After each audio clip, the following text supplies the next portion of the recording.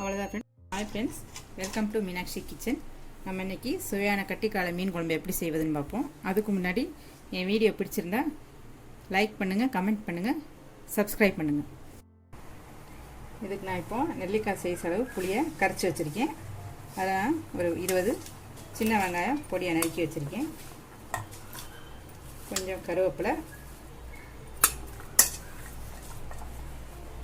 ஒரு 4 பச்சை மிளகாய், கொஞ்சம் இஞ்சி, வெள்ளைப்பூடு, ஒரு 10 வெள்ளைப்பூடு, ஒரு சின்ன துண்டு இஞ்சி நறுக்கி வச்சுருக்கேன்.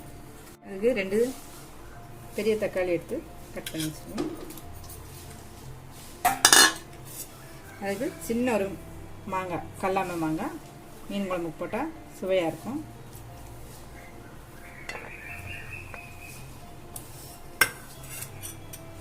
அதுக்கு நான் இந்த டேபிள் ஸ்பூனுக்கு 1.5 ஸ்பூன் மிளகாத்தூள் எடுத்துக்கேன், தனி மிளகாத்தூள்.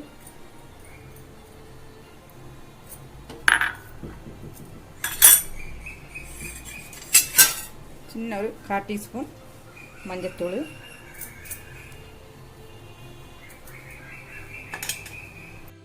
கல்லுப்பு போட்டுட்டு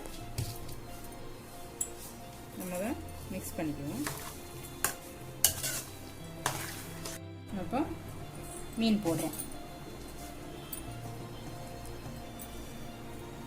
நம்ம கொதிக்க வைக்கிறதுக்கு முன்னாடி போட்டால் தான் உப்பெல்லாம் நல்லா பிடிக்கும். மீனெல்லாம் நம்ம இப்போ போட்டுட்டோம். இப்போ நம்ம இதை அடுப்பில் வைப்போம். இது நல்லா கொதித்து மீன் வேகட்டும். நம்ம குழம்பு இப்போ கொதிச்சிருச்சு. 1/2 மூடி தேங்காய் எடுத்துருக்கேன். அதை அரைச்சி குழம்புல ஊற்றணும். 1/2 மூடி தேங்காய் நல்லா ஃபைன் பேஸ்ட்டாக அரைச்சிக்கணும். வச்சு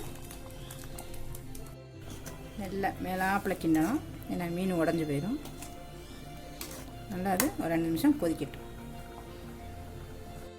நம்ம குழம்பு நல்லா கொதிச்சு வச்சுருக்கோம். இப்போ தாளிக்க 3 ஸ்பூன் நல்லெண்ணெய் ஊற்றிருக்கேன்.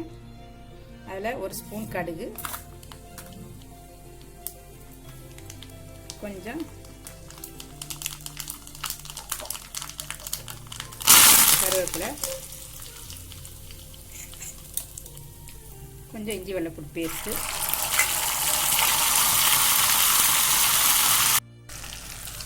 மீன் குழம்புல ஊற்றிடணும். அவ்வளோதான் ஃப்ரெண்ட்ஸ், நம்மளோட கட்டிக்காலை மீன் குழம்பு ரெடி.